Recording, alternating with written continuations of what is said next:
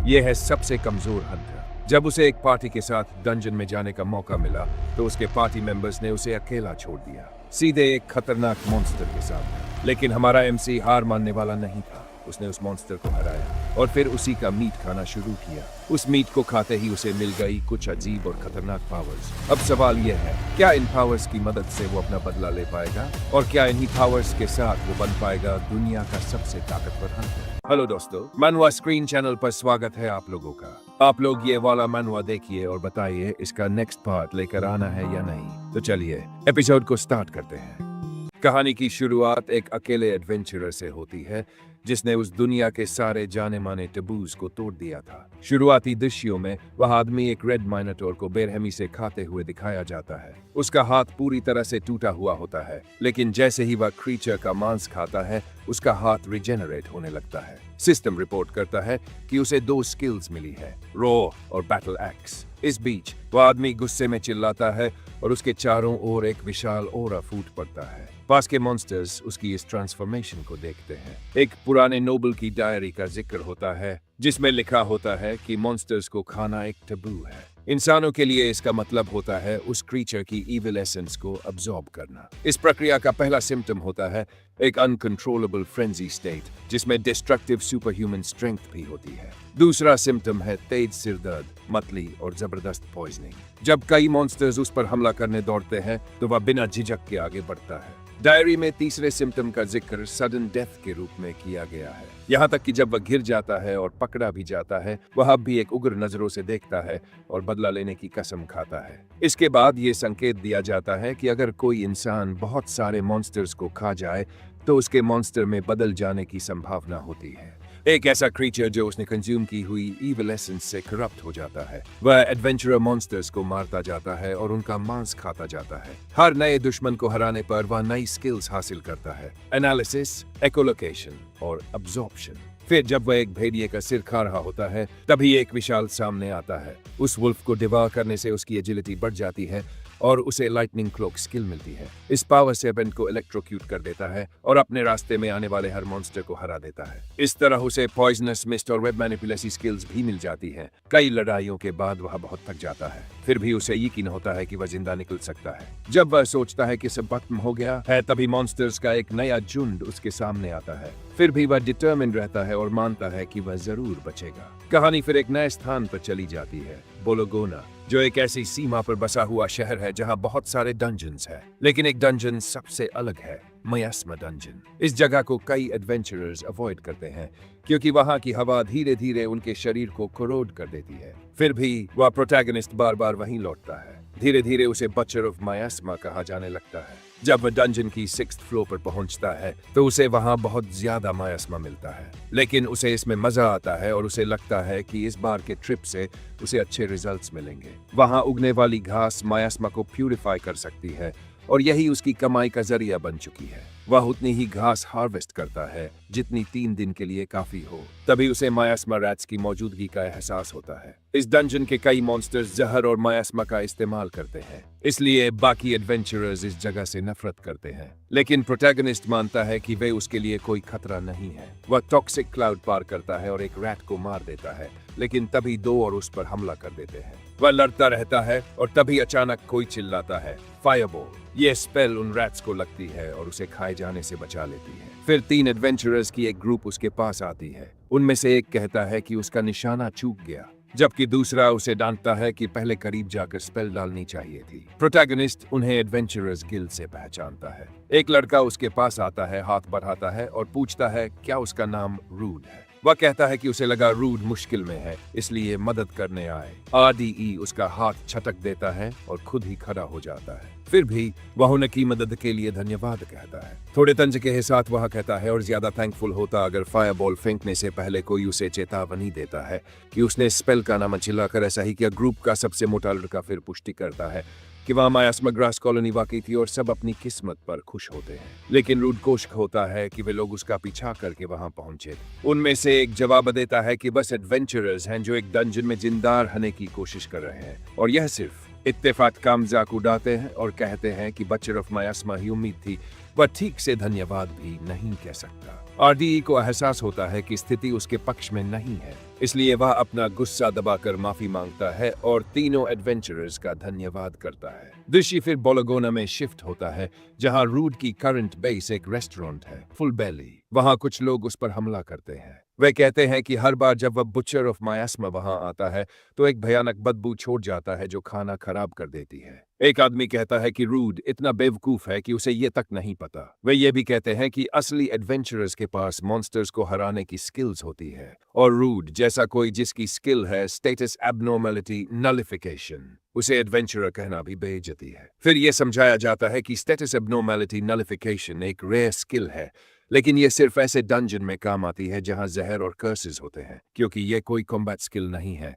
RDE को कभी किसी एक्सपीडिशन ग्रुप में जगह नहीं मिली, इसी वजह से वह रिजेक्ट हो गया और बचर ऑफ मायास्मा बन गया। ऐसा व्यक्ति जो अकेले डीपर फ्लोर्स में हर्ब्स और आइटम्स की तलाश करता है। दूसरे शब्दों में, उसकी बेकार स्किल ने उसे एक रेनेगेड एडवेंचरर बना दिया। अपने बिस्तर पर लेटा हुआ रूड सोचता है, उदास महसूस करता है। वह अब एक एडल्ट है, फिर भी डंजन में गंदे रैट्स से लड़ता रहता है। हालांकि वह जानता है कि वे रैट्स सामान्य नहीं है, फिर भी वह सोचता है क्या वह अपनी पूरी जिंदगी सिर्फ एक डैम्ड बुचर ऑफ माइज़मा ही बना रहेगा। फिर दृश्य बदलता है एडवेंचरर्स गिल्ड की ओर। रूड सोचता है कि शायद अब समय आ गया है कुछ नया करने का। कॉलोनी में जब वह अभी भी कुछ पैसे के साथ पहुंचा तो उसने देखा कि वहां हमेशा की तुलना में ज्यादा भीड़ और शोरगुल था। जिज्ञासावश वह रिसेप्शनिस्ट के पास गया और पूछा कि क्या उस दिन उसके लिए कोई अच्छा क्वेस्ट है। उसने उसे तुरंत पहचान लिया कि वह बचर ऑफ मायास्मा है और कहा कि एक डंजन खोजा गया है। यह सुनकर रूड बहुत उत्साहित हो गया क्योंकि वह जानता था कि नए खोजे गए डंस में आमतौर पर खजाने और रेयर आइटम्स भरे होते हैं।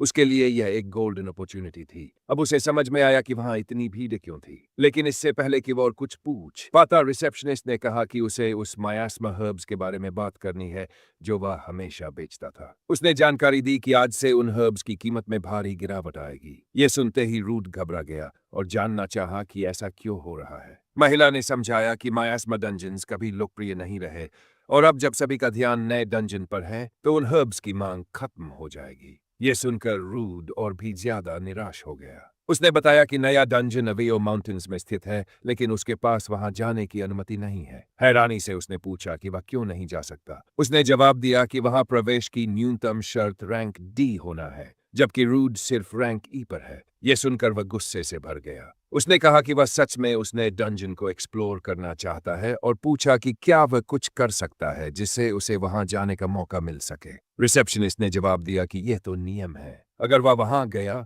तो यूं ही मारा जाएगा। तभी एक सुनहरे बालों वाला आदमी वहां आया और पूछा कि क्या वह सच में नए डंजन में जाना चाहता है। उसने कहा कि अगर रूड चाहे तो वह उसके ग्रुप में एक पोर्टर के रूप में शामिल हो सकता है। फिर सीन एक चलते हुए कैरियज पर शिफ्ट होता है। ग्रुप पहले से ही नए डंजन की ओर जा रहा होता है और आरडी चुपचाप उनके साथ होता है। सुनहरे बालों वाले लड़के ने टिप्पणी की कि अच्छा हुआ उन्हें रूड मिल गया, क्योंकि वे किसी को सामान ढोने के लिए ढूंढ रहे थे, लेकिन कोई ये काम करने को तैयार नहीं था। रूड चुपचाप सुनता रहा और सोचता रहा कि चूंकि सभी एडवेंचरर्स नए डंजन में व्यस्त थे, इसलिए किसी पोर्टर को ढूंढना वाकई मुश्किल होता। ग्रुप के बाकी दो सदस्य घृणा के साथ कहते हैं कि सारे विकल्पों में से उन्हें बचर ऑफ मायास्मा मिला और कोई बेहतर उपलब्ध नहीं था। सुनहरे बालों वाले लड़के ने उन्हें उन तानों से रोकने को कहा। उसने कहा कि आरडीई एक वेटरन एडवेंचरर है और किसी अनुभवी व्यक्ति पर भरोसा करना एक बिगिनर से कहीं बेहतर है। फिर उसने अपना नाम दोबारा बताया, बेयर, और बताया कि वह स्कारलेट ब्लेड्स नामक ग्रुप का लीडर है। उसके दो साथी थे, साशा और रिक, दोनों रैंक डी के एडवेंचरर्स थे। रूड ने भी औपचारिक रूप से खुद को इंट्रोड्यूस किया और कहा कि वह इस क्षेत्र का एक रैंक ई एडवेंचरर है और उनके साथ काम करके संतुष्ट है। मिशन शुरू करने से पहले बेयर ने रूड से उसका स्टेटस दिखाने को कहा। वह उसकी एबिलिटीज को समझना चाहता था, इसलिए उसने पूछा कि क्या वह उसकी गिल्ड कार्ड देख सकता है। रूड ने सहमति दी और कार्ड दिखाया। सिस्टम ने उसकी जानकारी प्रदर्शित की, level 7, human race, normal condition, rank E और उसकी सभी स्किल्स। बेयर यह देखकर चकित हो गया कि रूड के पास फायर मैजिक भी है। रूड ने समझाया कि उसकी पावर लड़ाई में उपयोग के लिए बहुत कमजोर है, लेकिन अंधेरे में रोशनी करने या खाना पकाने के लिए अच्छी है। बेयर ने मुस्कुराते हुए कहा कि यह तो पहले से ही काफी उपयोगी है और कहा कि वे इस मिशन में उस पर भरोसा करेंगे। ग्रुप आखिरकार ने डंजन एंट्रेंस पर पहुंच गया। सभी मैसिव गेट के सामने उत्साहित थे। बेयर ने बताया कि हनिया खोजा गया डंजन अविलियो डंजन है। साशा ने उत्साहित होकर कहा कि शायद वे पहले लोग हैं। रिक बेसब्री से एक्सप्लोरेशन शुरू करना चाहा था, लेकिन जैसे ही उन्होंने दरवाजा खोला सभी हैरान रह गए। डंजन पहले से ही भीड़ भाड़ से भरा हुआ था। हर जगह एडवेंचरर्स थे। कुछ मायास्मा इकट्ठा कर रहे थे, कुछ मॉन्स्टर्स से लड़ रहे थे और कुछ ग्रुप्स खजाने लूट रहे थे। साशा ने चिलकर कहा कि यहाँ इतनी भीड़ देखकर बुरा लग रहा है। बेयर ने निष्कर्ष निकाला कि फर्स्ट फ्लोर पहले ही पूरी तरह से एक्सप्लोर हो चुकी है। रिक ने सुझाव दिया कि उन्हें जल्दी से नीचे उतर जाना चाहिए क्योंकि नीचे की फ्लोर्स पर शायद कम एडवेंचरर्स होंगे। साशा ने सहमति जताई, लेकिन रूड ने चेतावनी दी कि चूंकि यह एक नया खोजा गया डंजन है, इसलिए सबसे अच्छा तरीका यह होगा कि पहले लेयर को सावधानी से मैप किया जाए, फिर आगे बढ़ा जाए। साशा ने उस विचार का मजाक उड़ाया और पूछा कि क्या उसे सच में लगता है कि उसे सुझाव देने का हक है। रिक ने जोड़ा कि इसी सोच की वजह से वह अब तक सिर्फ रैंक ई पर ही है। बेयर ने फिर हस्तक्षेप किया और दोनों को प्रोवोकेशंस बंद करने को कहा। उसने कहा कि रूड का कोई बुरा इरादा नहीं था। हालांकि उसने ये भी माना कि वह अपने साथियों से सहमत है और कहा कि अगर वे इसी पेस से चलते रहे तो उन्हें अच्छे रिजल्ट्स नहीं मिलेंगे, इसलिए उन्हें सच में डीपर फ्लोर्स को एक्सप्लोर करना चाहिए। ग्रुप ने चौथी लेयर तक डिसेंड किया। जैसे ही वे पहुंचे, एक वुल्फ ने उन पर हमला किया। रिक ने आरडीई की रक्षा की और क्रीचर के सिर पर वार किया। उसने कहा कि ऐसे कमजोर मॉन्स्टर्स से डरना बंद करे। साशा ने अपनी मैजिक से उन वुल्व्स को इलेक्ट्रोक्यूटेड किया, जबकि बायर ने अपनी तलवार से उन्हें 2 हिस्सों में काट दिया। ये सब देखकर आरडीई को एहसास हुआ कि वे सब कितने मजबूत थे और वह खुद उस डंजन में मुश्किल से हिल भी पा रहा था। थोड़ी देर बाद उन्होंने सारे वुल्व्स को हरा दिया। साशा ने कहा कि आगे बढ़ने का निर्णय बिल्कुल सही था और ये बहुत अच्छा है कि अब वे एक ऐसे क्षेत्र में कोई ग्रुप नहीं है। बेयर ने जोड़ा कि मॉन्स्टर्स ज्यादा मजबूत नहीं है और उन्होंने कुछ अच्छे ट्रेजर्स भी ढूंढ लिए हैं। रिक ने आरडीई को आदेश दिया कि वह उन मॉन्स्टर्स के मटेरियल्स इकट्ठा करे जिन्हें उन्होंने हराया है, लेकिन आरडीई ने जवाब दिया कि उनकी बॉडीज बहुत ज्यादा डैमेज्ड है और मैजिक स्टोन शायद उनके साथ ही नष्ट हो चुकी है। रिक चिलकर बोला कि उसे क्या पता कि वे सच में नष्ट हुई हैं या नहीं, और रूड पर आलसी होने का आरोप लगाया। गुस्से में होने के बावजूद रूड ने कोई जवाब नहीं दिया। वह बस उन कॉर्प्सेस के पास गया और काम शुरू कर दिया। वह एक पूरी तरह से फटे हुए 8 वुल्फ के सामने रुका, जो अंदरूनी अंगों और बदबूदार खून से ढका हुआ था, और सोचने लगा कि उस आदमी को इतना ओवरडू करने की जरूरत क्या थी। उसे यह सब बहुत ज्यादा लग रहा था। उस बॉडी को कैसे संभाले, ये सोचते हुए उसने अपनी फायर मैजिक एक्टिवेट की और सोचा कि क्या कॉर्प्स के कुछ हिस्से को जलाना आसान रहेगा। रिक ने यह देखकर मजाक में पूछा कि क्या वह सच में उस मॉन्स्टर को पकाने वाला है। उसने जोड़ा कि इतने समय अंदर बिताने के बाद उसे भी भूख लगने लगी है और ये कॉर्प्सेस भी एपेटाइजिंग लगने लगे हैं। साशा ने चौंक कर उसे डिस्गस्टिंग कहा और उसे रुकने को कहा। उसने याद दिलाया कि मॉन्स्टर का मांस खाना एडवेंचरर्स के बीच एक टबू है, क्योंकि उसका फ्लैश खाने से क्रीचर का मैना अब्सॉर्ब हो जाता है और किसी को नहीं पता कि वह मानव शरीर में क्या असर डाल सकता है। रिक हंस पड़ा और बोला कि वह तो बस मजाक कर रहा था। जब वे वहां से बाहर निकलेंगे तो वह अपने कमाए हुए पैसे से एक प्रॉपर मील खाएगा। हालांकि अचानक सभी ने एक भयानक प्रेजेंस को महसूस किया जो पास आ रही थी। जब उन्होंने पीछे देखा तो एक विशाल रेड स्किन्ड माइनोटोर दिखाई दिया जो एक भारी एक्स लिए हुए था। रूड हैरान होकर सोचने लगा कि ऐसा मॉन्स्टर जो आमतौर पर हैंकबी डंजन की डेप्थ्स में मिलता है, यहाँ इतनी ऊपर की लेयर में कैसे है। साशा डरी हुई बोली कि वे उस क्रीचर को हरा नहीं सकते। पूरा ग्रुप घबरा गया। यह तय नहीं कर पा रहा था कि क्या करे। बायर फिर रूड की ओर मुड़ा और बोला कि वह अपने आइटम्स का उपयोग करेगा और उससे उसका बैकपैक मांगा। फिर उसने रूड से कहा कि माइनोटोर की मूवमेंट्स को ध्यान से देखना। रूड ने उलझन में पूछा कि क्या उसके पास कोई प्लान है। बायर ने एक शातिर मुस्कान के साथ जवाब दिया कि हाँ है। अगले ही पल उसने अपनी तलवार निकाली और आरडी की पीठ पर एक धोखेबाज हमला कर दिया, जिससे वह जमीन पर गिर पड़ा। बायर ने चिल्लाकर रिक को उसकी स्किल एक्टिवेट करने को कहा और रिक ने वॉरियर्स एनकरेजमेंट का उपयोग किया, एक टेक्निक जो टारगेट को सभी पास के मॉन्स्टर्स को अपनी ओर आकर्षित करने के लिए मजबूर कर देती है। उसने अपनी एक्स को उस एबिलिटी से एन्चांट किया और उसे रूड के पास फेंक दिया। इसके तुरंत बाद साशा ने अपनी एक्सेलरेशन स्किल एक्टिवेट की, जो टारगेट्स की गति को दुगना कर देती है। रूड जमीन पर पड़ा हुआ और तेज दर्द में समझ गया कि क्या हो रहा है। और गुस्से से पूछा कि क्या उन्होंने शुरू से ही उसे छोड़ने की योजना बनाई थी। बायर ने एक ठंडी अभिव्यक्ति के साथ, जो पहले दिखाए गए चेहरे से बिल्कुल अलग थी, उत्तर दिया कि उन्हें बचर ऑफ मायास्मा को लाने का और कोई कारण नहीं था। ग्रुप भागने लगा, चिल्लाकर कहता हुआ कि रूड उन्हें जितना ज्यादा समय दिला सके दिलाए। गुस्से से भरा हुआ रूड चिल्लाया, विश्वासघात और अपमान से टूटा हुआ, लेकिन सोचने का समय नहीं था। मिनोटोर पहले से ही एक हमला करने की तैयारी कर रहा था। उसका वार कुछ इंच से चूक गया और जमीन पर लगा। रूड ने एक नर्वस हंसी छोड़ दी जब उसे एहसास हुआ कि वह सिर्फ इंस्टिंक्ट से बच गया था, लेकिन वह जानता था कि अब यह उसके जीवन की अंतिम घड़ी है।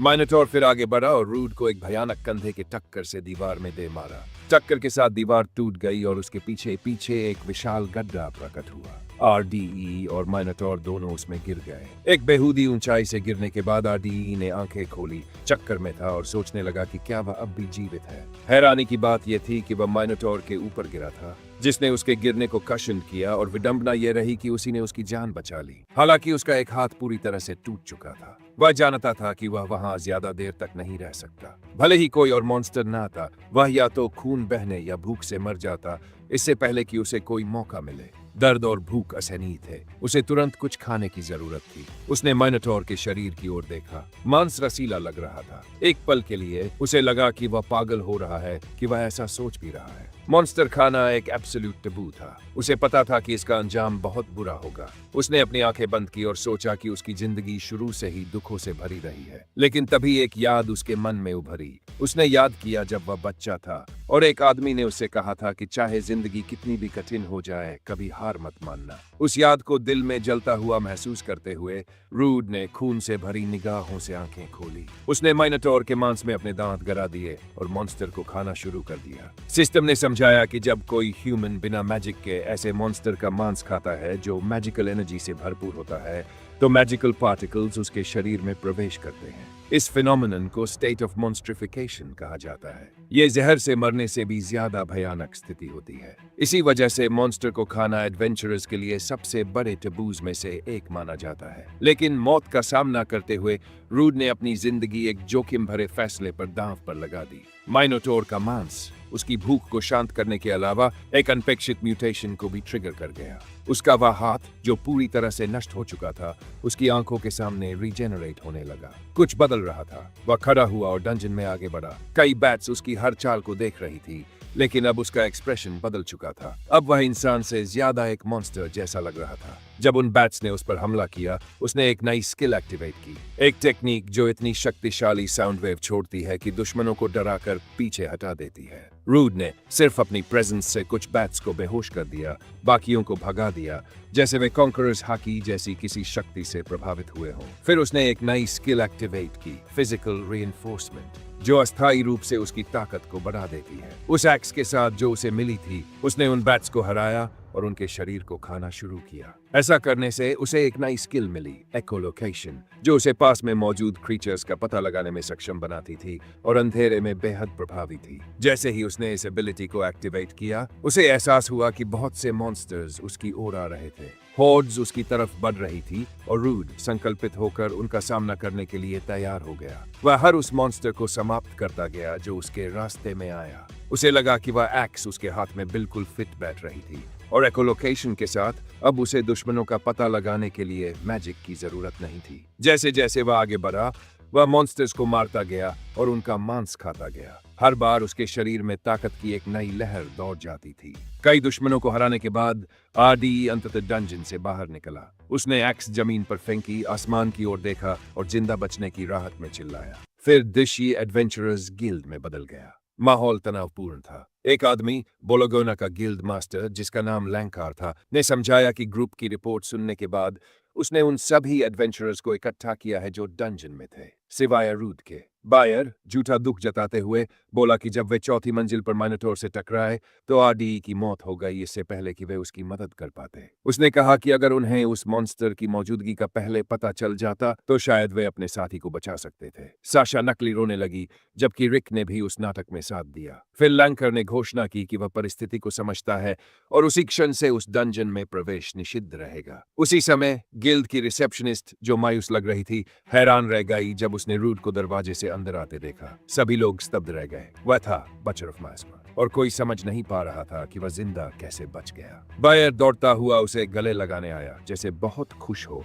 लेकिन रूड के कान में फुसफुसाकर बोला कि अगर उसने कुछ कहा तो उसे मार दिया जाएगा। ग्रुप के बाकी सदस्य उसका स्वागत करने लगे, पूछने लगे कि वह ठीक है या नहीं, क्या वह घायल है, और ये दावा करने लगे कि वे बहुत चिंतित थे, और ये भी बोले कि वे उसे बचाने वापस जाने की कोशिश कर रहे थे, लेकिन डंजन बंद हो गया था। बायर ने अपना नाटक जारी रखते हुए कहा कि जो भी हुआ हो, रूड का बच जाना एक उत्सव के लायक है, भले ही वह उत्सव वहां न हो सके। हालांकि जब वह आरडीई के पास आया तो उसने देखा कि रूड मुश्किल से चल पा रहा था। तभी रूड ने सबके सामने घोषणा की कि उसे बेट की तरह इस्तेमाल किया गया था, जिससे सब चौंक गए। बायर झूठा चौंकते हुए बोला कि उसका मतलब क्या है। लैंकार ने आरडीई से पूछा कि वह क्या कह रहा है। आरडीई ने बताया कि बायर ने उसका सामान चुरा लिया था और पीछे से उस पर हमला किया। उसने कहा कि रिक ने अपनी स्किल का उपयोग करके माइनोटोर को उसकी ओर आकर्षित किया और साशा ने अपनी स्पीड एबिलिटी का इस्तेमाल ग्रुप को भागने में मदद करने के लिए किया। बायर ने हताश होकर इसे जुटलाने की कोशिश की,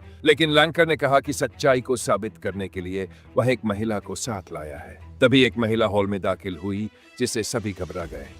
थी ऑफिसर ऑफ ट्रूथ, एक दुर्लभ पद पर नियुक्त महिला जो लगभग कभी राजधानी से बाहर नहीं आती थी। साशा घबरा गई और पूछा कि वह वहां क्यों है, और लैंकार ने उत्तर दिया कि ग्रुप के पोर्टर्स में हुई अधिक मौतों के कारण उसने एक पुराने मित्र से मदद मांगी थी। फिर उसने ऑफिसर ऑफ ट्रूथ से पूछा कि बेयर के ग्रुप और आरडीई में कौन सच बोल रहा है। महिला ने कहा कि स्कारलेट ब्लेड के सदस्य की झूठ बोल रहे थे। वेलिंगटन ने अपनी स्टाफ उठाई और पुष्टि की कि आरडीई सच कह रहा था, जिससे वहां मौजूद सभी एडवेंचरर्स चौंक गए। बेयर गुस्से में पूछ बैठा कि वह कैसे जान सकती है। लंका ने समझाया कि उस ऑफिसर की एबिलिटी ही ट्रूथ है। उसने कहा कि यह एबिलिटी एडल्टहुड के बाद प्राप्त नहीं की जा सकती और इसकी सटीकता यूनिक स्किल्स के बराबर होती है। उसने जोड़ा कि झूठ इस एबिलिटी से बच नहीं सकते और किसी ऐसे व्यक्ति के शब्दों से अधिक विश्वसनीय कुछ नहीं होता जिसने अपनी सारी शक्ति राष्ट्र को समर्पित की हो। अंत में लांसार ने घोषणा की कि किसी साथी को छोड़ देना एडवेंचरर्स के बीच एक टैबू है,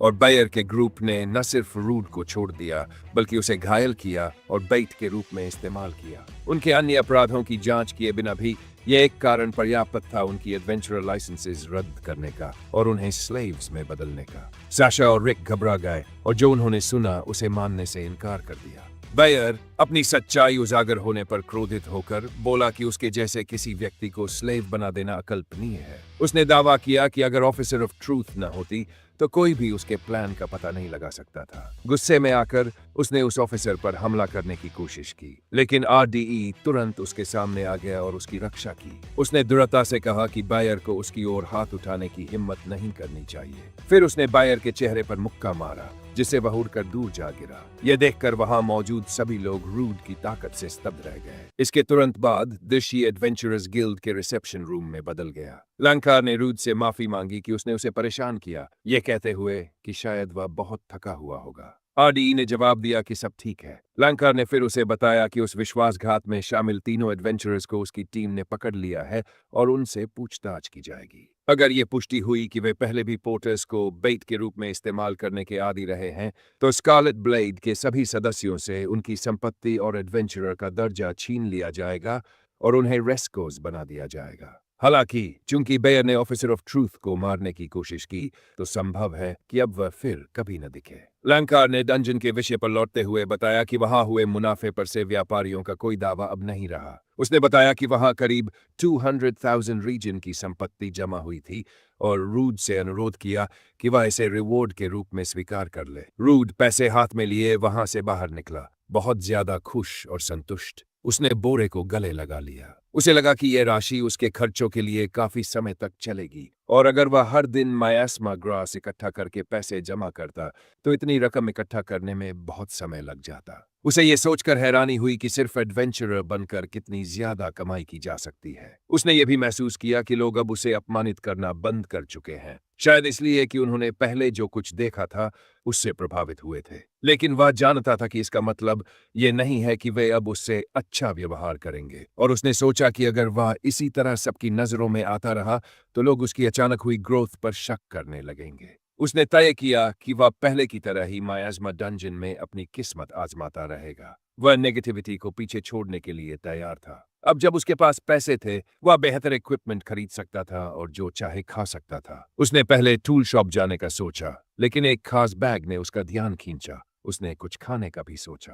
अगले दिन रूड फिर से मायास्मा डंजन में लौटा। इस बार वह आसानी से रैट्स को हरा सका। उसे यह सोचकर आश्चर्य हुआ कि अगर ये एक दिन पहले होता तो वह उन 5 रैट्स से भाग रहा होता। उसने अपनी एनालिसिस स्किल को एक्टिवेट किया और एक मायास्मा रैट की सारी स्टेटस इंफॉर्मेशन देखी। उसने मन ही मन याद किया कि यह स्किल उसे एक अजीब मॉन्स्टर को खाने से मिली थी और ये कॉर्प्सेस पर भी काम करती थी। उसे पता चला कि वे रैट्स लेवल 9 की थी और वह सोचने लगा कि उसके खुद के स्टैट्स कितने बढ़ गए होंगे। क्योंकि वह उन्हें आसानी से हरा चुका था, उसने अनुमान लगाया कि वह लगभग लेवल 20 पर होगा। लेकिन जब उसने अपनी स्टेटस स्क्रीन खोली तो वह यह देखकर हैरान रह गया कि वह पहले ही लेवल 42 तक पहुंच चुका था। उसके सारे एट्रीब्यूट्स बहुत तेजी से बढ़ गए थे, जो उसे चकित कर गया क्योंकि एक दिन पहले तक वह अभी भी रैंक एस में था। ये कुछ बेहद दुर्लभ था। उसने सोचा कि वह अब तक मिली एबिलिटीज को चेक करे। जब उसने अपनी इन्वेंट्री खोली तो उसने देखा कि उसके पास एक असली आर्सेनल था। उनमें इतनी ज्यादा एबिलिटीज थी कि वह गिन भी नहीं सका।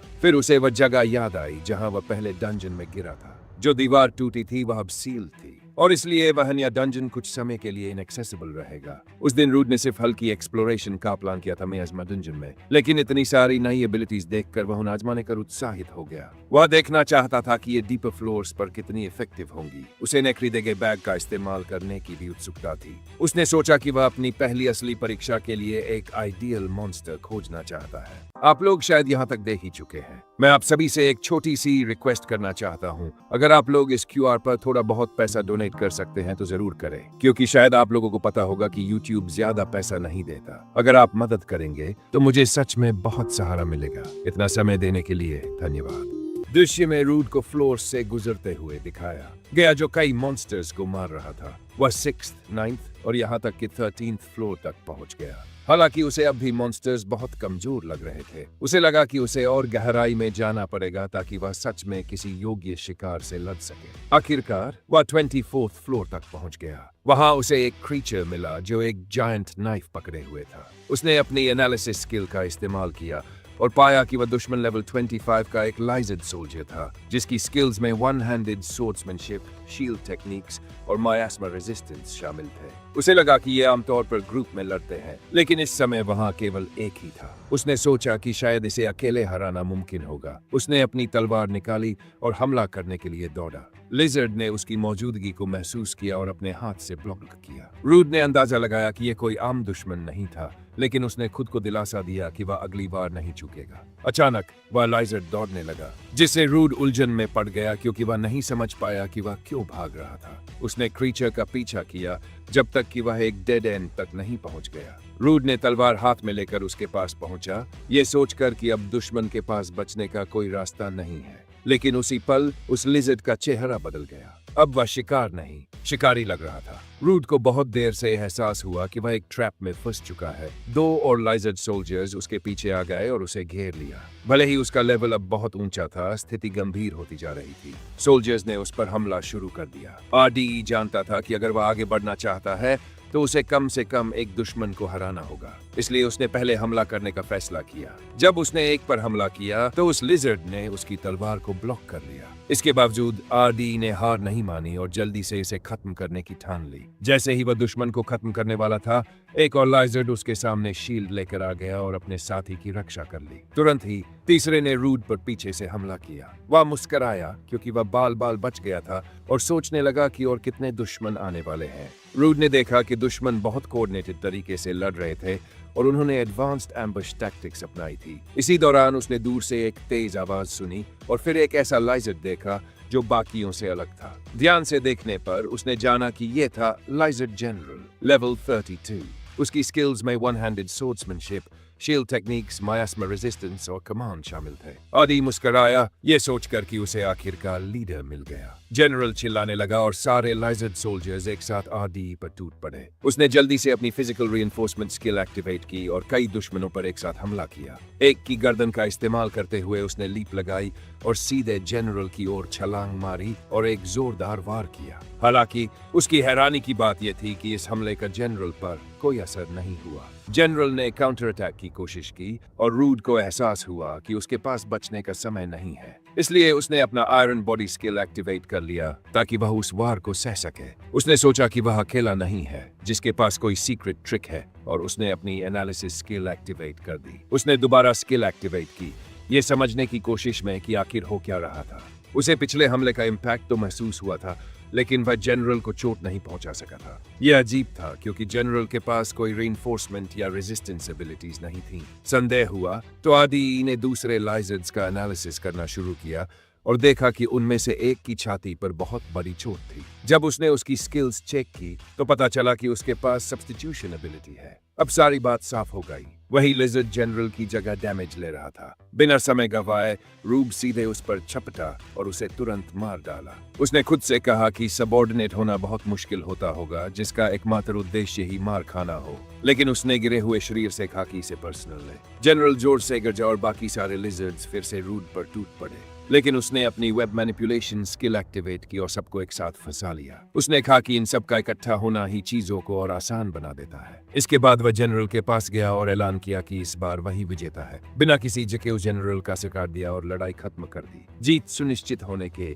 बाद आरडीई ने कहा कि अब आखिरकार खाने का समय आ गया है। उसने वह मैजिक पाउच निकाला जो उसने गिल्ड से मिले पैसों से खरीदी थी। उस बैग में मैजिक की वजह से अंदरूनी जगह फैली हुई थी और बंद होने पर उसका वजन कुछ भी नहीं था। उसके अंदर आरडीई ने कुकिंग यूटेंसिल्स और कुछ मसाले रखे थे। जब वह उस छुपी हुई फ्लोर में गिरा था तब वह बस जिंदा रहने के लिए लड़ रहा था, लेकिन वह हमेशा से ऐसा खाना ट्राई करना चाहता था। उसने लिजर्ड के मांस को काटना शुरू किया और थोड़ी देर में उसे तवे पर भूनने के लिए रख दिया। उसे ये जानने की उत्सुकता थी कि क्या मॉन्स्टर का मांस पकाने और मसाले डालने के बाद स्वादिष्ट लगेगा। मुंह में पानी लाने वाले उस स्वाद को चखते ही उसे एहसास हुआ कि यह तो उसकी उम्मीद से कहीं ज्यादा स्वादिष्ट था। वह इस स्वाद से बहुत प्रभावित हुआ और खुद से कहा कि वह तो इस स्वाद का आदी बन सकता है। खाने के बाद रूड को नई एबिलिटीज मिली, one handed swordsmanship, shield techniques, miasma resistance और कमांड। हालांकि उसे अब भी ये बात परेशान कर रही थी कि मांस इतना स्वादिष्ट क्यों था। उसे शक हुआ कि शायद इसका कुछ संबंध मॉन्स्टर्स के अंदर मौजूद मैजिकल पार्टिकल्स से हो सकता है। उसे याद आया कि माइनोटोर, स्पाइडर आर्मर और इविल आई से मिली स्किल्स उसके लिए बहुत उपयोगी साबित हुई थी, लेकिन अभी भी कई मॉन्स्टर एबिलिटीज थी जिन्हें उसने आजमाया नहीं था, जैसे लाइटनिंग वुल्फ और ब्लैक सर्पेंट की। खाने के बाद रूड ने एक्सप्लोरेशन जारी रखने का फैसला किया। 21st फ्लोर पर उसे कुछ बीज और फ्रॉग्स मिले। उसने अपनी लाइटनिंग क्लोक एक्टिवेट की और सभी मॉन्स्टर्स को इलेक्ट्रोक्यूट करना शुरू कर दिया। काम खत्म होने के बाद उसने कहा कि यह एबिलिटी सच में बहुत काम की है। उसने देखा कि उस फ्लोर के मॉन्स्टर्स मुख्यतः नॉर्मल स्टेटस इफेक्ट्स देने में एक्सपर्ट थे, लेकिन उन्होंने गलत विरोधी चुन लिया था। फिर उसने ऐलान किया कि अब बारी है फ्रॉग मीट विद बग्स की। उसने सब कुछ कुकिंग के लिए तैयार किया और कहा कि जहरीले फ्रॉग्स का मांस बहुत मुलायम होता है और उसका स्वाद मशरूम्स जैसा लगता है। इससे उसे बियर की इच्छा हुई, लेकिन दुर्भाग्य से उसके पास उस वक्त बियर नहीं थी। पिछले दुश्मनों को हराने के बाद रूड को नई स्किल्स मिली, poison, temperature variation, powder scale, paralysing powder slash. लेकिन ठीक उसी वक्त उसने डंजन के भीतर से एक आवाज सुनी। वह जोरदार टकराव जैसी थी और उसके बाद इंसानी आवाजें सुनाई दी। उसे ये जानकर हैरानी हुई कि दूसरे एडवेंचरर्स इतनी गहराई तक पहुंच चुके थे। उसने मन ही मन खाने के लिए धन्यवाद कहा, सब कुछ मैजिक पाउच में रखा और सोचा कि वहां किसी और ग्रुप को कॉम्बैट में देखना बहुत ही दुर्लभ है। उसने खुद को भाग्यशाली माना और सोचा कि शायद वह उनसे कुछ उपयोगी जानकारी हासिल कर सके। इसी दौरान दृश्य में दिखाया गया कि एक ग्रुप एक हुडेड फिगर से लड़ रहा था। उनमें से एक आदमी महिला की ताकतवर मारों की शिकायत कर रहा था और कह रहा था कि उसे उम्मीद नहीं थी कि उसके पास अभी भी इतना माना होगा। दूसरे ने कहा कि उसे पकड़ने की मेहनत वाकई में फायदे की होगी। फिर उन्होंने महिला की हुड हटाई और पता चला कि वह एक एल्फ थी। एक आदमी ने सोचा कि वह ब्लैक मार्केट में कितने में बिकेगी। उसी पल आरडी वहां आ गया और कहा कि उसने उम्मीद की थी कि उसे कुछ दोस्ताना एडवेंचरर्स मिलेंगे। उसने कहा कि उसे ठीक ठीक पता नहीं कि हो क्या रहा है, लेकिन वह चुपचाप खड़ा नहीं रह सकता जबकि एक महिला को पीटा जा रहा हो। एक आदमी जिसकी आंख पर स्कार था ने पूछा कि वह कौन है। रूड मुस्कुराते हुए बोला कि वह सिर्फ एक एडवेंचरर है, वो भी लोअर रैंक का। एल्फ चिंतित होकर बोली कि उसे तुरंत वहां से भाग जाना चाहिए क्योंकि वे लोग एडवेंचरर हंटर्स हैं। आरडी ने अपनी एनालिसिस स्किल एक्टिवेट की और समझ गया कि उसने इनके बारे में पहले सुना है। ये सब हाई लेवल एडवेंचरर्स है। लेकिन जब उसने स्कार वाले आदमी का विश्लेषण करने की कोशिश की तो वह उसका स्टेटस नहीं देख सका। सिर्फ एक ही चीज दिखी, लेवल 65। बाकी के थे लेवल 52, 56 और 58। रूड को शक हुआ कि वे लोग कंसीलमेंट स्किल्स या किसी तरह के मैजिकल आइटम्स का इस्तेमाल कर रहे हैं। सबसे हाई लेवल वाले आदमी ने अपने साथियों को रूड पर हमला करने का आदेश दिया। उसे दुश्मनों में से एक की स्पीड से हैरानी हुई, लेकिन उसने अपनी तलवार से खुद की रक्षा कर ली। ब्लॉन्ड आदमी ने उसकी डिफेंस की तारीफ की, लेकिन रूड ने मजाक उड़ाते हुए कहा कि ये तो कुछ भी नहीं है क्योंकि वो खुद बहुत कमजोर है। दुश्मन मजाक से नाराज होकर फिर से उस पर झपटा। तब रूड ने अपनी पॉइजन स्किल एक्टिवेट की और सीधे दुश्मन के चेहरे पर थूक दिया। दुश्मन जमीन पर गिर पड़ा, दर्द से चिल्लाते हुए, क्योंकि उसका चेहरा गलने लगा था। रूड को देखकर एक आदमी ने कहा कि वो किसी मॉन्स्टर जैसा लग रहा है। रूड ने खुद भी माना कि उसकी लड़ाई की ये शैली बदसूरत है और किसी एडवेंचरर के लायक नहीं, लेकिन उसके जैसे इंसान के लिए यही एक तरीका था जिंदा रहने का। स्कार वाला आदमी समझ गया कि वो हमला एक अनोखी पॉइजन स्किल से आया था और उसने निष्कर्ष निकाला कि अब रूड को कम करके नहीं आंका जा सकता। इसलिए उसने आदेश दिया कि तीनों एक साथ हमला करें। वे पूरी ताकत से उस पर टूट पड़े और आरडीई ने सोचा कि अगर वो एक सेकंड के लिए भी रुका तो मारा जाएगा। वह ऑफ गार्ड पकड़ा गया और उसके चेहरे पर एक जोरदार किक लगने ही वाली थी, लेकिन उसने आखिरी पल में अपनी आयरन बॉडी स्किल एक्टिवेट कर दी। फिर भी वह एक मायास्मा वाली नदी में फेंका गया। स्कार वाले आदमी को यह अजीब लगा कि रूड उस हमले को झेल गया। उसने सोचा कि उस किक से तो उसकी गर्दन टूट जानी चाहिए थी। एक और आदमी आगे आया और कहा कि अब वह रूड को हमेशा के लिए मार देगा, लेकिन इससे पहले कि वह हमला करता, रूड पानी में और गहराई तक तैरने लगा। एक दुश्मन उसका पीछा करने की कोशिश करने ही वाला था, लेकिन स्कार वाले आदमी ने उसे रोक दिया और चेतावनी दी कि यह एक जहरीला दलदल है और कोई गारंटी नहीं कि वह जिंदा बाहर निकलेगा। उसने कहा कि रूड भी ज्यादा देर तक इस जहर को सहन नहीं कर पाएगा और शायद जल्द ही ऊपर आ जाएगा। वक्त बीता गया और रूड अब भी पानी के नीचे था। वह सोच रहा था कि दुश्मन उसे ऊपर आने के लिए कितनी देर तक इंतजार करेंगे। उसने फैसला किया कि अब असली एडवेंचरर की तरह निकास में आ गया है। उसे लगा कि सौभाग्य से वह उस जहरीले दलदल में गिरा जहां लगातार मायास्मा के साथ साथ वहां की भाप भी उसके विरोधियों की स्टेमिना को तेजी से खत्म कर रही थी। बाहर खड़े लोगों की बेचैनी बढ़ने लगी। उनमें से एक ने कहा कि 10 मिनट से ज्यादा हो चुके हैं और उसके सिर में दर्द शुरू हो गया है। अब भी छुपे हुए आरडीई ने सोचा कि यही सही समय है। वह दुश्मनों से और भी देर तक भिड़ना चाहता था, लेकिन उसे पता था कि अगर वह और इंतजार करता तो एल्फ को और ज्यादा तकलीफ होती, क्योंकि वह पहले से ही घायल और कमजोर थी। इसलिए वह दलदल से बाहर निकला और कहा कि पॉइजन और मायास्मा के प्रभाव उनके लिए बहुत ही क्रूर साबित हुए होंगे। लोगों ने कहा कि आखिरकार वह हार मान गया और अब तक बहुत परेशानी खड़ी कर चुका था। रूड ने जवाब दिया कि दुर्भाग्य से उनके लिए उसे एबनॉर्मल कंडीशंस का असर नहीं होता, इसीलिए उसे समझ ही नहीं आता कि वे लोग इस वक्त कितनी तकलीफ में हैं। स्कार वाले आदमी को तुरंत एहसास हुआ कि आरडीई के पास एबनॉर्मल स्टेटस नलिफिकेशन एबिलिटी है। उसे समझ आ गया कि वह धोखा खा चुका है और उसने तुरंत अपने साथियों को हमला करने का आदेश दिया। वे आरडीई की ओर लपके, लेकिन स्वैम्प का पॉइजन धीरे धीरे उनकी स्टेमिना को खत्म करने लगा और जमा हुआ मायास्मा उनके स्टैट्स को कम करने लगा। एक दुश्मन ने पीछे से रूड पर हमला करने की कोशिश की, लेकिन उसने दोबारा अपनी आयरन बॉडी स्किल एक्टिवेट की और वार को झेल गया। फिर उसने लाइटनिंग क्लोक इस्तेमाल किया और दोनों दुश्मनों को एक साथ इलेक्ट्रोक्यूट कर दिया।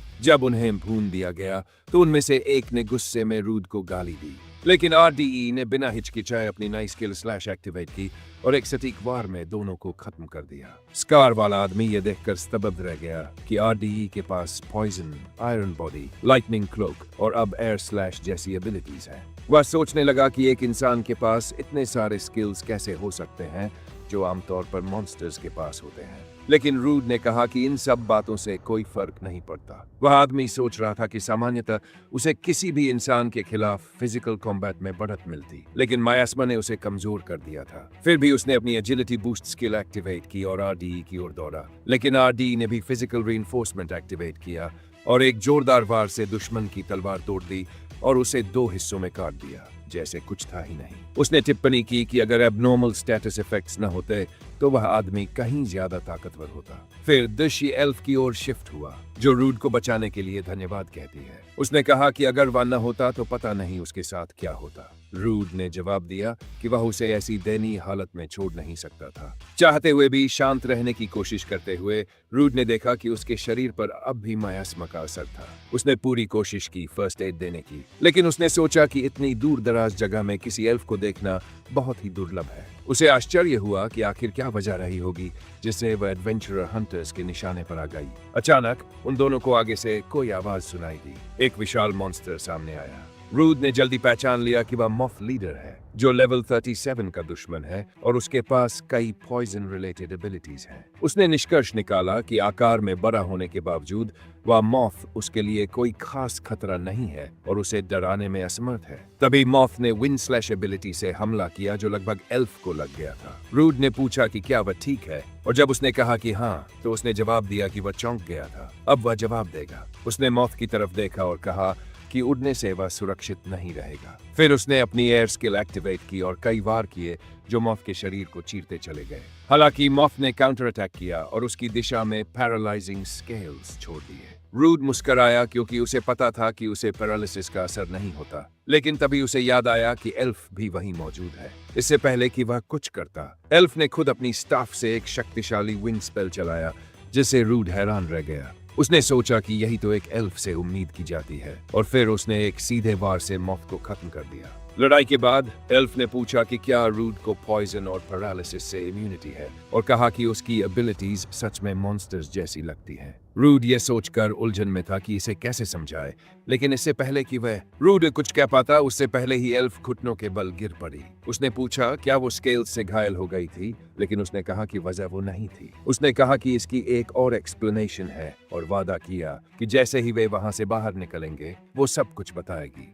दृश्य फिर से बदलता है। रूड और एल्फ डंजन से बाहर निकल चुके थे और एक पेड़ के पास बैठे थे। उसने राहत की सांस ली और कहा कि लैबिरिंथ के बाहर उसे काफी अच्छा महसूस हो रहा है। जो कुछ भी हुआ था उसे एक्सप्लेन करने से पहले उसने अपना परिचय देना चाहा। उसने कहा कि उसका नाम अलिशिया है और वह एक फॉर्मर एडवेंचरर है। रूड चौंक गया और पूछा क्या वह अलिशिया ऑफ द एमरल्ड स्टॉर्म्स है। हंसते हुए उसने कहा हाँ, और पूछा कि क्या उसने उसके बारे में सुना है। रूड ने पुष्टि की, कहा बिल्कुल सुना है। वो किंगडम ऑफ लूडियस की सबसे मशहूर एस रैंक पार्टी एजुरी ट्रेल्स का हिस्सा थी और उस लेजेंडरी ग्रुप के सभी मेंबर्स को हर कोई जानता था। लेकिन रूड को याद था कि एजुरी ट्रेल्स को तो खत्म कर दिया गया था। अलिशिया ने दुख के साथ पुष्टि की। उसने कहा कि 5 साल बीत चुके हैं और वे सभी मॉन्स्टर्स के हाथों हार गए थे। उस दिन उन्होंने एक ऐसे क्रीचर को चुनौती दी थी जो अबिस नामक डंजन की गहराइयों में उनका इंतजार कर रहा था। बातचीत के दौरान अलिशिया ने उस लड़ाई के बारे में बताया जो अबिस डंजन के मॉन्स्टर से हुई थी।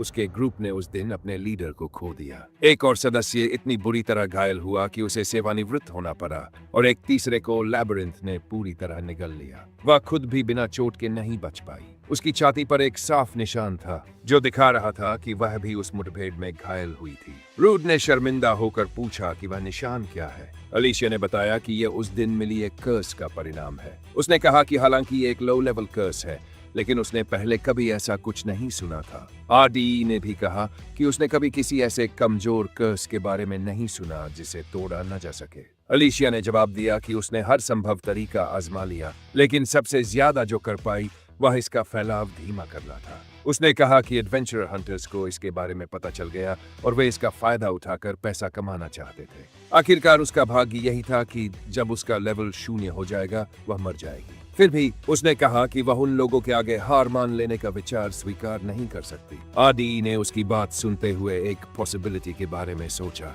उसने अपनी स्टेटस कार्ड खोली और अपनी सब्स्टिट्यूशन स्किल देखी, जो उसे एक टारगेट चुनकर उनके अटैक्स और नेगेटिव स्टेटस इफेक्ट्स को अब्सॉर्ब करने की अनुमति देती थी। फिर उसने कहा कि वह कुछ टेस्ट करना चाहता है और पूछा कि क्या वह उस स्किल को प्राप्त करने के लिए तैयार है जिसे वह एक्टिवेट करने वाला है। अलिशिया थोड़ी उलझन में थी, लेकिन उसने हाँ कहा। रूड ने फिर अपना हाथ उसके कंधे पर रखा और सब्स्टिट्यूशन एक्टिवेट किया। उसे महसूस हुआ कि कर्स उसके शरीर से हट रही है और रूड के शरीर में ट्रांसफर हो रही है। अलिशिया घबरा गई और विनती करने लगी कि वह तुरंत रुक जाए क्योंकि अब वह खुद शापित हो जाएगा। लेकिन रूड ने मुस्कुराते हुए उसे आश्वस्त किया कि सब ठीक है और उसने कहा कि वह उस पर भरोसा करे। कर्स पूरी तरह से रूड के शरीर में चला गया। तुरंत बाद आरडीई ने अपनी unique ability abnormal status नलिफिकेशन activate की और उससे उसने कर्स को पूरी तरह से तोड़ दिया। अपने हाथ की तरफ देखते हुए उसे एहसास हुआ कि यह काम कर गया। अलीशिया अब भी सदमे में थी और समझ नहीं पा रही थी कि अभी अभी क्या हुआ। रूड ने कहा कि वह अपनी गिल्ड कार्ड चेक करे।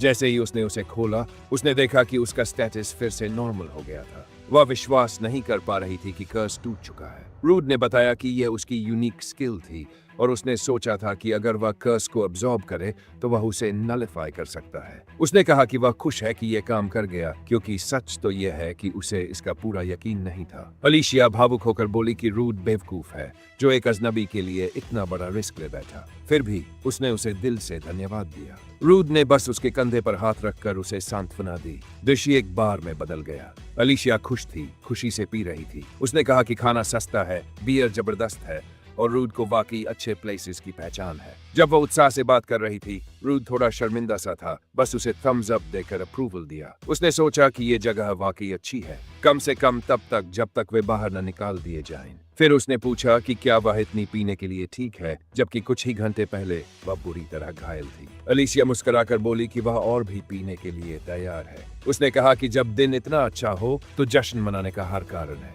दोनों ने एक टोस्ट किया और फिर रूड ने पूछा कि अब वह आगे क्या करने वाली है। अलीशिया ने कहा कि सबसे पहले तो वह उसे और अच्छे से जानना चाहती है। एक कोमल मुस्कान के साथ उसने पूछा कि उसने एडवेंचरर बनने का फैसला क्यों किया। रूड ने समझाया कि बहुत समय पहले उसके गांव पर मॉन्स्टर्स ने हमला किया था। उन मॉन्स्टर्स ने उसके परिवार को मार डाला, उसके दोस्तों को भी, और सब कुछ तबाह कर दिया। लेकिन शुक्र था एक एस रैंक एडवेंचरर का, जिसकी वजह से वह जिंदा बच गया। एक सीन में दिखाया गया कि वह एडवेंचरर युवा रूड को मॉन्स्टर्स के एक झुंड से बचाता है। आरडीई ने कहा कि वह इमेज वह कभी नहीं भूलेगा। तभी से उसका सपना था कि वह भी एक एस रैंक एडवेंचरर बने, ताकि वह दूसरों की मदद कर सके। यही उसका सबसे बड़ा लक्ष्य था। अलीशिया मुस्कुराई और कहा कि उसका उद्देश्य बहुत नोबल है। आरडीई ने पूछा कि क्या उसे ये रिडिकुलस नहीं लगता। अलीशिया ने जवाब दिया कि उसने भी एस रैंक तक पहुंचने का सपना देखा था। उसने कहा कि वह हमेशा और मजबूत बनना चाहती थी, जब तक कि वह शापित नहीं हुई। फिर भी उसे पूरा यकीन है कि उसके कुछ पुराने साथी अब भी जिंदा हैं,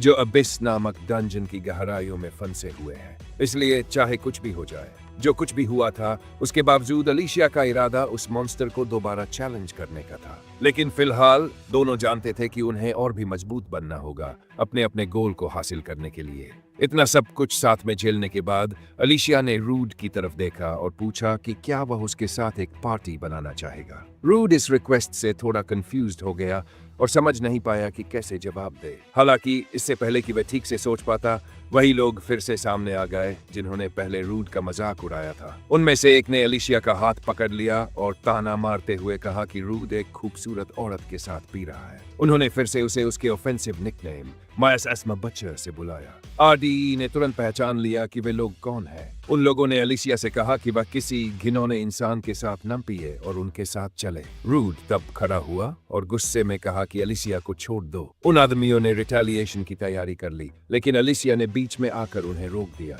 उसने कहा कि वे एक टैवर्न में हैं और अगर उन्हें कम्पीट करना है तो इसके लिए एक बेहतर तरीका है।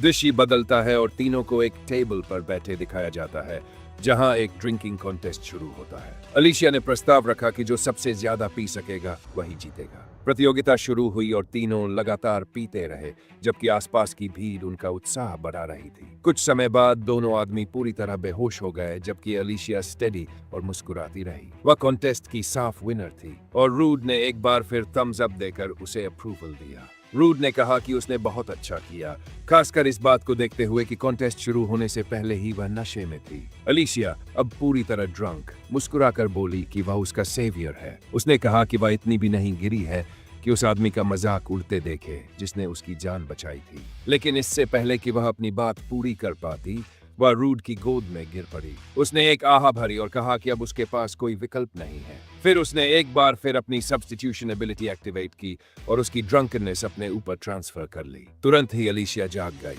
रूड ने समझाया कि उसने उसकी ड्रंकनेस अपने ऊपर ले ली है, क्योंकि वह खुद नशे में नहीं हो सकता। अलीशिया प्रभावित होकर बोली कि पहले उसने उसका कर्स हटाया और अब उसका नशा भी। उसने कहा कि उसने ऐसी इनक्रेडिबल स्किल पहले कभी नहीं देखी और अब तो वह पहले से कहीं ज्यादा उसके साथ पार्टी बनाना चाहती है। लेकिन अगर कोई सोचता कि वह अब पीना बंद कर देगी तो वह बिल्कुल गलत है। अलिशिया ने सबसे पहले सीधे काउंटर की तरफ रुख किया और भी पीने के लिए कहा। वह एक सिल्वर प्लेट के सामने रुकी जिस पर एक स्पेशल डिश का नाम लिखा था। उसने कहा कि यह अफसोस की बात है कि वह डिश वह ट्राई नहीं कर सकती। बारटेंडर ने समझाया कि बार्नमस की फिशिंग फील्ड्स पर मॉन्स्टर्स का कब्जा हो चुका है और उसने पहले ही एक गिल्ड को रिक्वेस्ट भेज दी है। हालांकि सभी हाई लेवल एडवेंचरर्स बिजी हैं। फिर उसने पूछा कि क्या रूड और अलिशिया इस मिशन को स्वीकार कर सकते हैं। दिश ये फिशिंग फील्ड्स की तरफ शिफ्ट होता है। रूड और अलिशिया एक बोट में बार्नमस के पानी की तरफ बढ़ रहे हैं। अलिशिया उत्साहित होकर कहती है कि वे फिशिंग फील्ड में हैं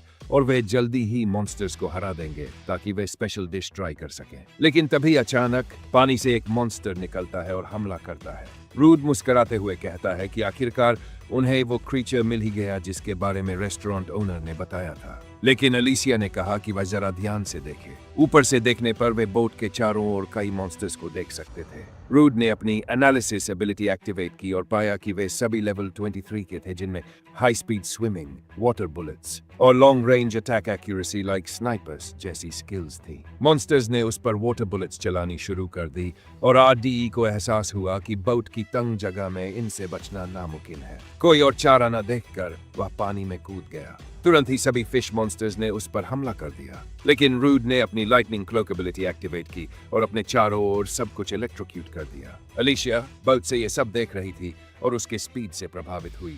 हालांकि आरडीई ने कहा कि अभी और भी मॉन्स्टर्स बाकी है और उसे हैरानी हो रही थी कि वे पलटकर हमला क्यों नहीं कर रहे। उसे लगा शायद वे सतर्क हैं या फिर किसी चीज की रक्षा कर रहे हैं। इसलिए उसने इन्वेस्टिगेशन करने का फैसला किया। उसने अलिशिया से एक फेवर मांगा, कमरे में एक रस्सी बांधी और समुद्र की गहराई में उतर गया। नीचे जाकर आरडीई ने अपनी आशंका की पुष्टि की। मॉन्स्टर्स भाग नहीं रहे थे लेकिन हमला भी नहीं कर रहे थे। ऐसा लग रहा था कि वे उस जगह की गहराइयों में छिपी किसी चीज की रक्षा कर रहे थे। रूड जब समुद्र के सबसे निचले हिस्से में पहुंचा तो उसने एक विशाल क्रीचर को देखा। उसे ध्यान से एनालाइज करने पर पता चला कि वह एक लेवल 38 का मॉन्स्टर था। उसकी एबिलिटीज में paralysis, poison autonomy, poison resistance और एक्सेलरेटेड हीलिंग शामिल थी। उसे शुरुआत में वह सी एनेमोन जैसी लगी, लेकिन जल्दी ही समझ आया कि वह एक विशाल हर्मिट क्रैब जैसा था। अचानक क्रीचर की एक टेंटिकल से एक फिश मॉन्स्टर बाहर आया, जिससे पता चला कि ये वही क्रीचर है जो फिश मॉन्स्टर्स को पैदा करता है।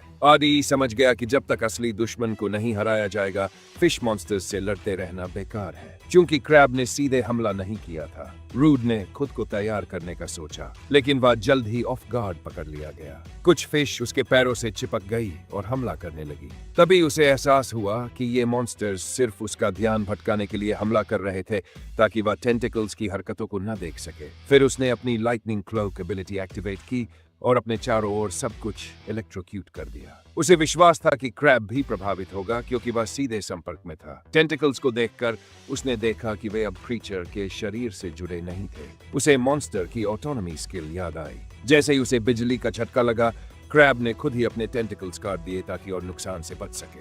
उसी पल क्रैब उस पर झपट पड़ा। चूंकि आरडीई काफी देर से पानी में था, उसकी सांसें खत्म होने लगी थीं। उसने इमरजेंसी रोप खींची, ये भरोसा करते हुए कि अलिशिया उसे बचा लेगी। उसने अपनी विंड मैजिक का उपयोग किया और तुरंत उसे सतह पर खींच लिया। पानी से बाहर आकर उसने पूछा कि क्या वह ठीक है। रूड ने उसे उसकी जान बचाने के लिए धन्यवाद कहा और समझाया कि नीचे एक बॉस है जो फिश पैदा करता है और जिसकी एक्सेलरेटेड हीलिंग एबिलिटी है, इसलिए उसे जितनी जल्दी हो सके वापस नीचे जाना होगा। अलिशिया ने कहा कि मॉन्स्टर्स को पानी के नीचे बहुत बड़ा एडवांटेज है और वहां उसकी मैजिक नहीं पहुंच सकती। उसने फिर पूछा कि क्या रूड के पास कोई प्लान है। उसने कहा कि केवल एक ही रास्ता है और उसे जल्दी निर्णय लेना होगा। चूंकि अलिशिया ने उस पर इतना भरोसा किया कि अपना कर्स भी बताया और पार्टी बनाने की बात की, इसलिए रूड को लगा कि अब उसे भी अपना सीक्रेट बताना चाहिए, इससे पहले कि वह अपना निर्णय ले। उसने एक मरी हुई फिश उठाई और अलिशिया से कहा कि वह किसी को न बताए क्योंकि अब वह उसे कुछ जरूरी दिखाने वाला है। दृश्य बदलता है और दिखाया जाता है कि रूड फिर से समुद्र की गहराई में पहुंच चुका है। अब उसके पास एक नई एबिलिटी है, हाई स्पीड स्विमिंग। इसके साथ वह रास्ते में आने वाले सारे मॉन्स्टर फिश को तेजी से मारने लगा। बॉस ने टेंटिकल्स से उसे फंसाने की कोशिश की, लेकिन इस बार उसने आसानी से बचाव किया और सीधे क्रैब की ओर बढ़ा। अपनी सोर्ड से उसने एक सटीक वार किया और उसी समय लाइटनिंग क्लोक एक्टिवेट किया ताकि दुश्मन को खत्म कर सके। उसे लगा कि अब फिशिंग स्पॉट में आखिरकार शांति लौट आएगी। हालांकि अब उसकी सबसे बड़ी चिंता अलिसिया थी। रूड सोचने लगा कि उसने उसे मॉन्स्टर खाते हुए देखकर क्या महसूस किया होगा। वह सोचता रहा कि जब वह वापस जाएगा तो अलिसिया क्या कहेगी, लेकिन जब वह सतह पर आया तो उसने देखा कि अलिसिया वहां नहीं थी। उसने मुस्कुराना शुरू किया, सोचते हुए कि वह कितना मूर्ख था जो ये सोच बैठा कि वह उसका इंतजार करेगी। लेकिन तभी उसे उसकी आवाज सुनाई दी कि उसने बहुत समय लगा दिया। वह अपने हाथ में कुछ लकड़ियां लिए हुए खड़ी थी और बोली कि वह खुश है कि वह सही सलामत लौट आया, और पूछा कि क्या उसने बॉस को हरा दिया। रूड ने पुष्टि की और उसने भगवान का धन्यवाद किया। अलिसिया ने समझाया कि वह बस यूं ही बैठी इंतजार नहीं कर सकती थी,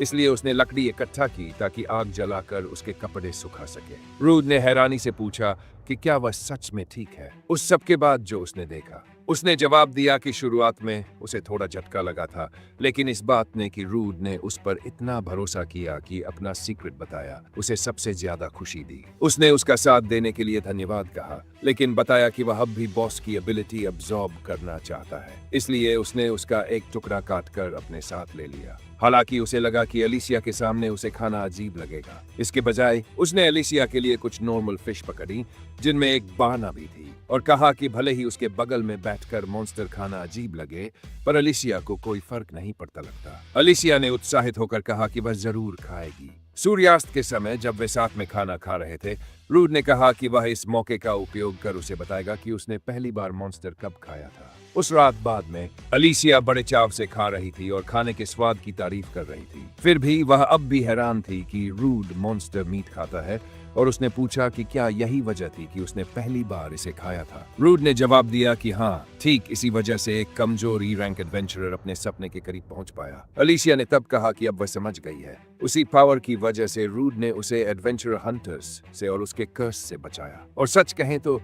जब मॉन्स्टर्स को अच्छे से तैयार किया जाए तो उनका स्वाद भी अच्छा होता है। RDE ने गिब फिलेट्स और सोटेड टेंटिकल्स बनाए थे और मुस्कुराते हुए कहा कि मॉन्स्टर्स सरप्राइजिंगली डिलिशियस होते हैं। उसने कहा कि भले ही अब उसे ग्रेनिब्स खाने की जरूरत नहीं है, लेकिन वह फिर भी उन्हें पकाना चाहता है, और पूछा कि क्या अलिसिया उन्हें ट्राई करना चाहती है।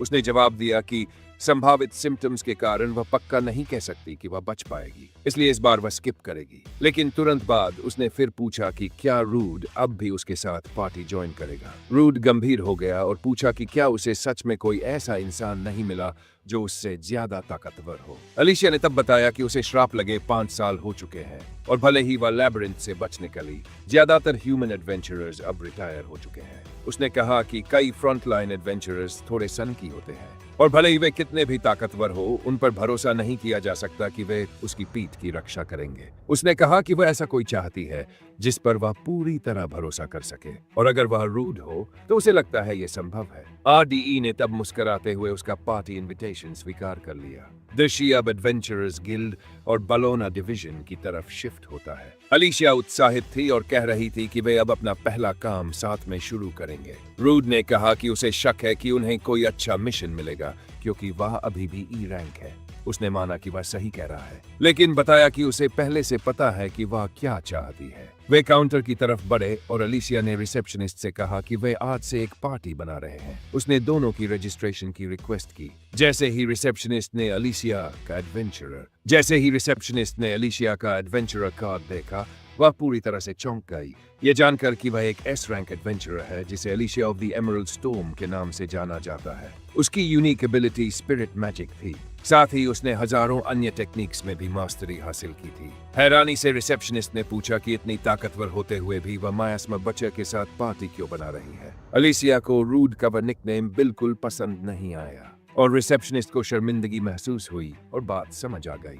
अलिसिया ने फिर कहा कि वह RDE की रैंक बढ़ाना चाहती है और पूछा कि इसके लिए रिक्वायरमेंट्स क्या है। रिसेप्शनिस्ट ने डॉक्यूमेंट्स चेक किए और बताया कि उसके पास पहले से ही काफी अचीवमेंट्स हैं, बस उसे कुछ ज्यादा चैलेंजिंग बैटल्स में जीत चाहिए। अलीशिया ने सबसे कठिन सब्जुगेशन मिशन मांगा ताकि वे उसे मिलकर पूरा कर सके। रिसेप्शनिस्ट ने हामी भरी और उन्हें ग्रे वुल्व्स के एक झुंड को खत्म करने का मिशन दिया। दृश्य बदलकर बोलोन के बाहरी इलाके में चला जाता है जहां रूड पहले से एक्शन में होता है। अपनी स्टेल्थ स्किल का उपयोग करके उसने एक एक करके वुल्व्स को गिराना शुरू किया। हालांकि एक वुल्फ ने जोर से गुर्राकर बाकियों को बुला लिया। रूड ने अलीशिया को चेतावनी दी कि और वुल्व्स आ रहे हैं और अब वे उसकी जिम्मेदारी है। अलीशिया ने तेजी से प्रतिक्रिया दी और अपनी स्पिरिट मैजिक एक्टिवेट करते हुए स्पिरिट सिली को समन किया। उसने स्पिरिट से मदद मांगी और रूड ये देखकर प्रभावित हुआ। उसने सोचा कि यही अलीशिया की यूनिक एबिलिटी स्पिरिट मैजिक होगी। उसने एक मूव इस्तेमाल किया, कटिंग गेल,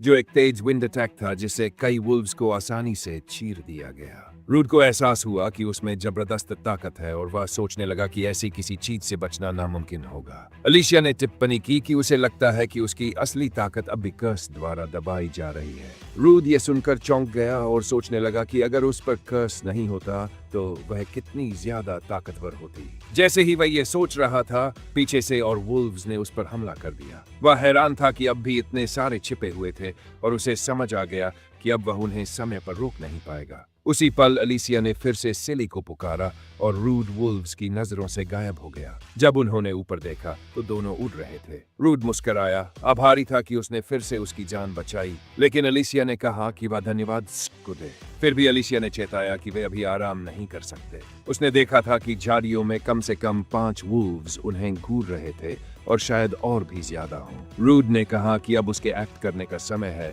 और अपनी एको लोकेशन एक्टिवेट कर दी। इसके जरिए उसने आसपास करीब 30 दुश्मनों को डिटेक्ट किया, जिनमें से कुछ को वे पहले ही हरा चुके थे। मिशन को अब एक कोऑर्डिनेटेड अटैक से खत्म किया जा सकता था। रूड ने अलीशिया से उस जगह पर वार करने को कहा जिसे वह बताएगा। अलीशिया ने पोजीशन ली और अपना अटैक तैयार किया। आरडी ने सोचा कि भले ही एको लोकेशन खुली जगहों में कम एक्यूरेट होता है और अलीशिया एक बार में कई टारगेट्स पर एम नहीं कर सकती, लेकिन अगर वे गोल घेरे में हमला करे तो सभी ग्रे वुल्व्स को एक ही जगह इकट्ठा किया जा सकता है। अलीशिया ने फिर कहा कि उसने अपनी भूमिका निभा दी है और अब बाकी रूड पर है। उसी पल रूड वुल्व्स के बीच में प्रकट हुआ। उसकी आंखें लाल चमक रही थी और उसने अपनी पैरालाइजिंग ब्रेथ स्किल एक्टिवेट कर दी, जिससे सारे वुल्व्स एक साथ जमीन पर गिर गए।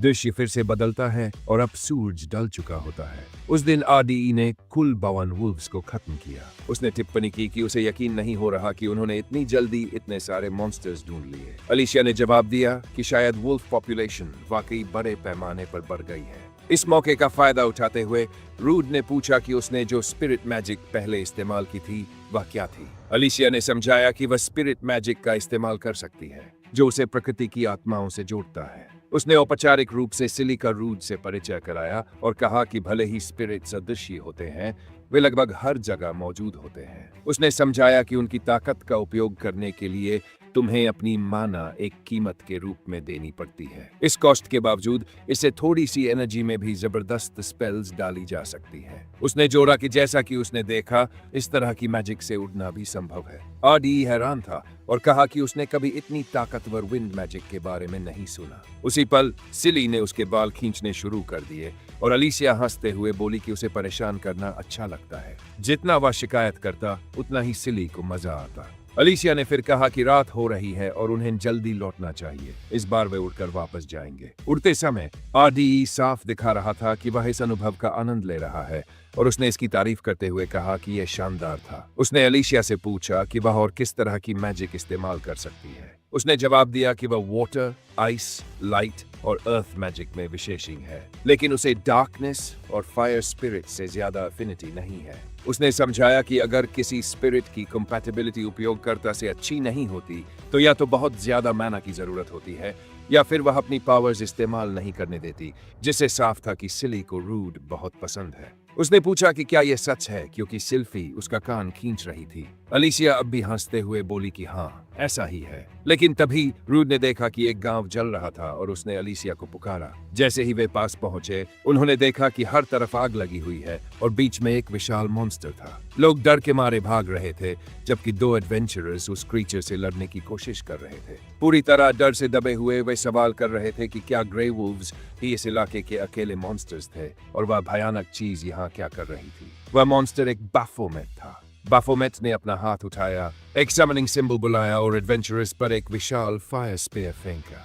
अंतिम पल पर तभी रूड वहां प्रकट हुआ और अपनी वाटर बुलेट स्किल से उन्हें बचा लिया। अलिशिया पास आई और पूछा क्या वे ठीक है। जब उन्हें हाँ में जवाब मिला तो उसने कहा कि वह खुद उस मॉन्स्टर से निपटेगी और उनसे जल्दी से स्थिति समझाने को कहा। इस दौरान आरडीई ने बाफोमेट की स्किल्स का विश्लेषण किया। उसमें फायर मैजिक प्रिंसिपल्स, एकोलोकेशन, मैना रिकवरी बूस्ट, अर्थ मैजिक प्रिंसिपल्स और मेंटल रेनफोर्समेंट थे। हालांकि उसका लेवल लीजर जनरल से कम था, लेकिन उसके स्टैट्स बिल्कुल अलग स्तर पर थे। आरडीई को समझ में आया कि ये कोई सामान्य मॉन्स्टर नहीं है। बाफोमेट ने तब 4 फायर स्पीयर्स समन किए। रूड ने नोट किया कि उसकी अपनी फायर मैजिक अभी भी डायरेक्ट कॉम्बैट के लिए बहुत कमजोर थी, लेकिन अगर वह इस मॉन्स्टर को खा सके तो शायद उसे आखिरकार बैटल के लिए ताकतवर फायर मैजिक मिल जाए। यह सोचकर वह उत्साहित हो गया। उसने हमला करने की कोशिश की, लेकिन बाफोमेट ने अपनी आयरन क्लॉ से उसे रोक लिया। रूड ने ब्रूट फोर्स से प्रयास करने की सोची, लेकिन दुश्मन ने तुरंत काउंटर किया और पास से ही और फायर स्पेयर्स छोड़ दिए।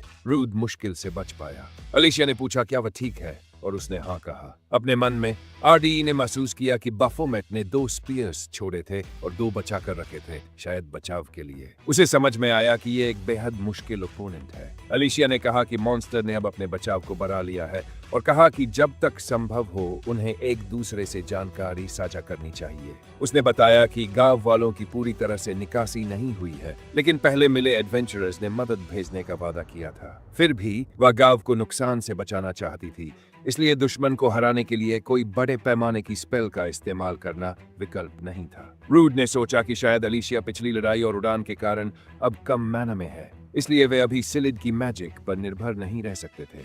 उसे समझ में आया कि उसे तेजी से एक्ट करना होगा। हालांकि अलिशिया ने उससे कहा कि वह उस पर भरोसा करे और सब कुछ उस पर छोड़ दे।